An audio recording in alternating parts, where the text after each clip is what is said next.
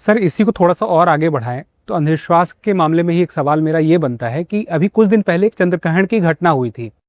और चंद्रग्रहण की उस घटना के बारे में जानने के लिए मैंने न्यूज चैनल ऑन किया तो वहां पे एक आदमी बता रहा था कि महिलाओं को घर से बाहर नहीं निकलना चाहिए, सब्जी नहीं काटनी चाहिए, खाना नहीं बनाना चाहिए, खाना नहीं पकाना चाहिए।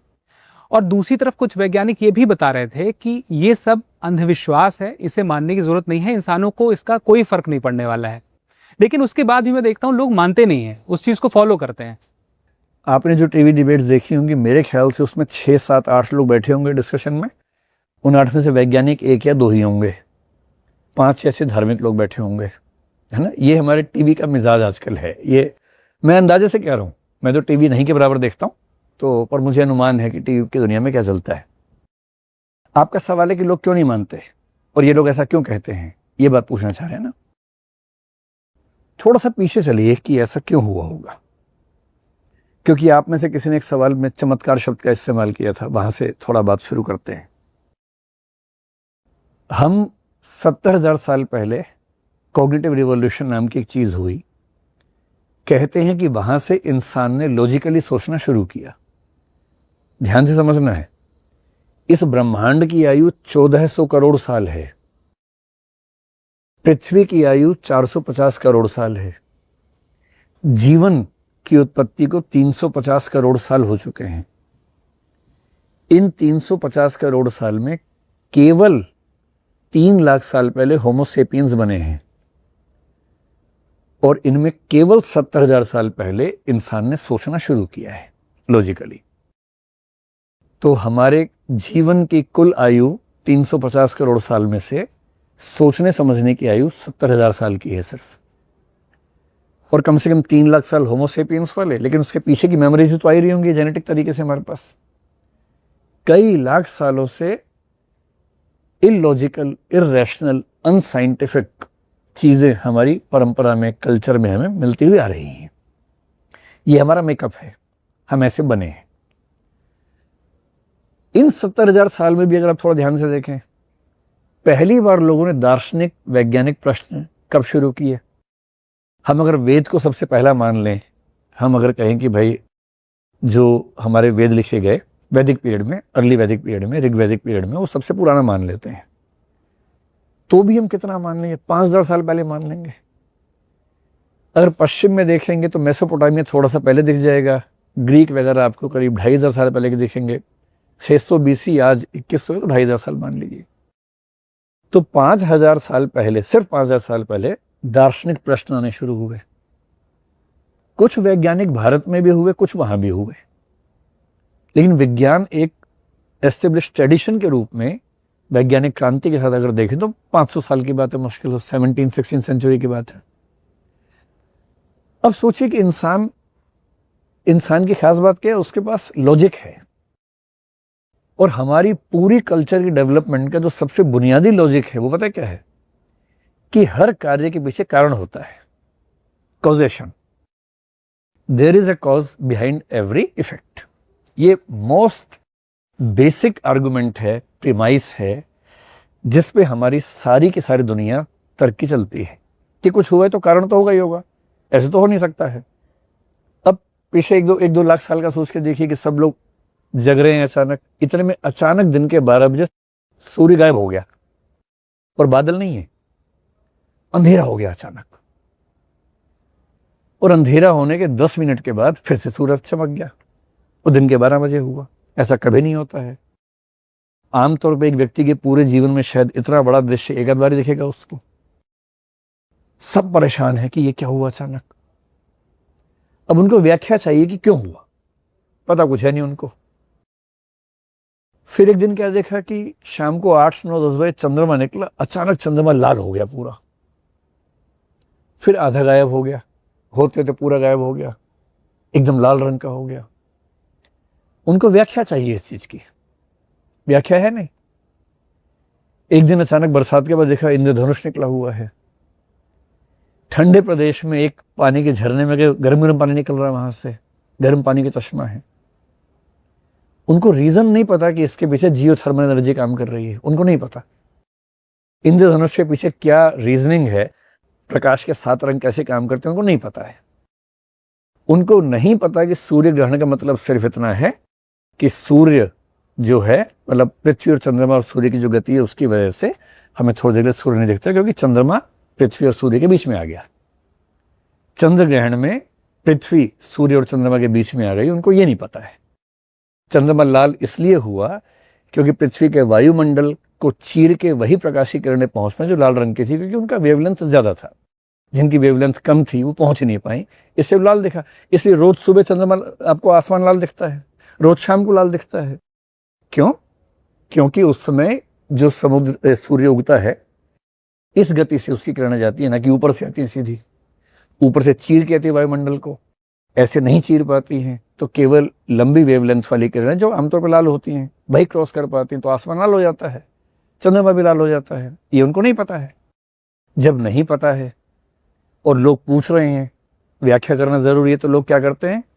चीन में लोग मानते हैं कि एक आसमानी राक्षस है जो चंद्रमा को निगल जाता है। भारत में क्या मानते रहे? राहु ने डस लिया है। एक व्याख्या ये भी है कि हनुमान जी ने नाराज होकर सूर्य को निगल लिया था। ये व्याख्या भारत की नहीं है, हर धर्म में ऐसी व्याख्याएं हैं। मेसोपोटामिया में देखिए, रोम में देखिए, यूनान में देखिए, जहां जहां बहुदेववाद चल रहा था उन सब ने किसी एक देवता के नाम से व्याख्या कर रखी है कि इसने सूर्य को निगल लिया, इसे चंद्रमा को निगल लिया, क्योंकि साइंस नहीं है, नहीं पता है। आप आज टीवी चैनल की बात करें, भारत में 5वीं सदी में आर्यभट्ट हुए थे। आर्यभट्टीय उनकी पुस्तक है। आर्यभट्टीय में साफ साफ लिखा है कि सूर्य ग्रहण क्यों होता है, चंद्र ग्रहण क्यों होता है। हमारे समाज को कम से कम पिछले 1700 साल से 1600 साल से पता है कि चंद्र ग्रहण क्यों होता है। पश्चिम में 5th सेंचुरी BC में, यानी 1000 साल और पीछे जाएंगे, एनेक्सागोरस एक वैज्ञानिक और दार्शनिक दोनों था, वो हुआ। एनेक्सागोरस और भारत के चार्वाक लगभग सेम फिलॉसफी है मेटाफिजिक्स को लेकर। एनेक्सागोरस ने साफ साफ लिखा हुआ है कि सूर्य ग्रहण क्यों होता है, चंद्र ग्रहण क्यों होता है, एकदम क्लियर है, कोई कंफ्यूजन ही नहीं है इसमें। उसके कुछ दिन बाद अरस्तु ने चंद्र ग्रहण के दिन चंद्रमा पे पृथ्वी की गोल परछाई देख के दावा किया कि पृथ्वी गोल है, इसीलिए चंद्रमा पर परछाई गोल पड़ रही है, चौकोर नहीं पड़ रही है। ये सब पुरानी बातें हैं, पर वहां भी आज तक कई लोग ऐसा मानते हैं, यहां भी मानते हैं। क्यों मानते हैं? क्योंकि वैज्ञानिक ने अपनी लेबोरेटरी में साबित कर दिया, किताब में लिख दिया, पर वो किताब स्कूलों में पहुंची नहीं, स्कूलों में बच्चे पहुंचे नहीं, स्कूलों में अध्यापकों ने बच्चों को विज्ञान इस तरीके से पढ़ाया नहीं कि सच ये है। धर्म की पहुंच व्यक्तियों तक, परिवारों तक, बच्चों तक विज्ञान की तुलना में ज्यादा रही। इसलिए विज्ञान द्वारा साबित करने के 1600 साल बाद भारत में, 2600 साल बाद यूरोप में, तब भी अगर चंद्र ग्रहण पे लोग डरते हैं तो इसका मतलब है कि विज्ञान नहीं पहुंच पाया है। और ये क्यों कहते हैं कि महिलाएं दूर रहें? आप उस खौफ को देखिए। आज से केवल 4 पीढ़ी पहले मैंने आपसे कहा था कि एक एक घर में 10-12 बच्चे हुआ करते थे। आप एक काम करना, अपने दादाजी से पूछना कि आपके दादाजी कितने भाई बहन थे, जिंदा मुर्दा दोनों, जो मर गए बचपन में, उन सबको मिला के। जनरली वो संख्या 10 से ऊपर रहेगी, कहीं कहीं 15 होगी, कहीं कहीं 16-17 होगी। एक महिला 15-15, 16-16 बच्चों को जन्म देती थी। केवल आज से 100 साल पहले की बात कर रहा हूं मैं, बहुत पुरानी बात नहीं कर रहा हूं। ऐसा क्यों होता था? 15 बच्चे होंगे, 1 या 2 बचेंगे। गर्भावस्था के दौरान बच्चे को जन्म देने के प्रोसेस में 1 लाख में से लगभग 1000 महिलाओं की मौत हो जाती थी। हर 100वीं महिला मरेगी बच्चे को जन्म देते समय। उस समाज में बच्चा कितनी कीमती चीज है कि जो पैदा हुआ मर ना जाए। 15 में से 12-13 मरने हैं। गर्भवती महिला मर सकती है। कुछ भी अजीब सा हुआ तो लोगों ने क्या कहा, भाई तुम संभल के रहो, कहीं कोई किरण तुम्हें परेशान ना कर दे। आजकल हम क्या करते हैं, छोटा बच्चा होता है, बोलते हैं सोते हुए मोबाइल फोन दूर रख के सो। हमें नहीं पता कि मोबाइल फोन के विकिरण से नुकसान होगा या नहीं होगा, कोई स्टडी नहीं है। मोबाइल फोन आए हुए 20-25 साल हुए हैं। मोबाइल फोन के रेडिएशन से हम सब पे क्या प्रभाव पड़ेगा ये पता लगते लगते 20 साल और लगेंगे अभी। पर अज्ञात का भय हमें भी तो है।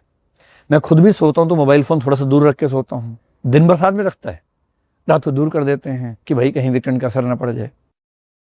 चंद्र ग्रहण, सूर्य ग्रहण में उनको जो डर लगता होगा कहीं रेडिएशन का असर ना पड़ जाए, गर्भवती महिला के घर पे ना पड़ जाए, बच्चा मर ना जाए पेट में, ये औरत ना मर जाए। इसलिए हर समाज अपनी ज्ञान की अवस्थाओं के हिसाब से डर, खौफ पैदा करता है, और वो ठीक है। दिक्कत ये कि आज ऐसा क्यों है, क्योंकि हम वैज्ञानिक बातों को पहुंचाना कम ज़रूरी समझते हैं। और टीवी चैनल्स के बारे में अगर आप समझें, टीवी चैनल का धर्म ये बिल्कुल नहीं है कि आपको ज्ञान दे।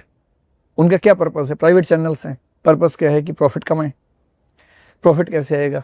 ऑडियंस बंधे रहेंगे तो आएगा। आज की दुनिया में आप में से कौन टीवी देखता होगा? आप सब यूट्यूब वाले हैं, फ़ोन देखते होंगे।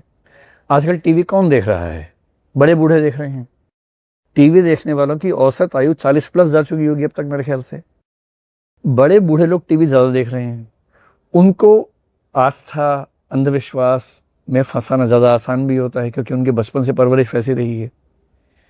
इसलिए 8 में से 6 धार्मिक लोग होंगे, 2 वैज्ञानिक होंगे जो कम बोल पा रहे होंगे।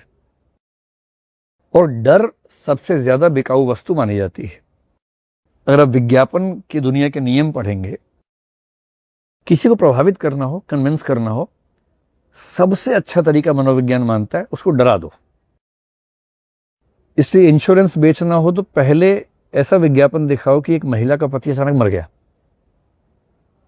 बेघर हो गई क्योंकि इंश्योरेंस नहीं था, और फिर कहो तुम्हारा पति जिंदा है, तुम तो ले लो इंश्योरेंस। अब सब महिलाएं पति का इंश्योरेंस करवा देंगी तुरंत। खौफ पैदा हो गया ना। डर से ज्यादा कुछ नहीं बिकता है। और इसलिए जब आप कहेंगे चंद्र ग्रहण में डरना है, तो लोग चिपक के टीवी देखेंगे। आप कहेंगे डरने की बात नहीं है, चैनल चेंज कर लेंगे। बांध के रखना है ना। तो टीवी की अपनी इकोनॉमी है, उस विज्ञापन की इकोनॉमी की बात करना अलग है। तो आपके सवाल के मैंने 3 जवाब दिए कि टीवी ऐसा क्यों दिखाता है, खौफ क्यों पैदा करता है। क्योंकि उसका ऑडियंस वैसा है, और चिपकाने के लिए भय की अपनी कीमत है। और ये ज्ञान हमें है या नहीं, तो बहुत पहले से ज्ञान है। फैला क्यों नहीं है? क्योंकि हमने विज्ञान को ठीक से फैलाया नहीं है। हमने अब तक उतनी मेहनत नहीं की। अगर उतनी मेहनत करेंगे तो चीज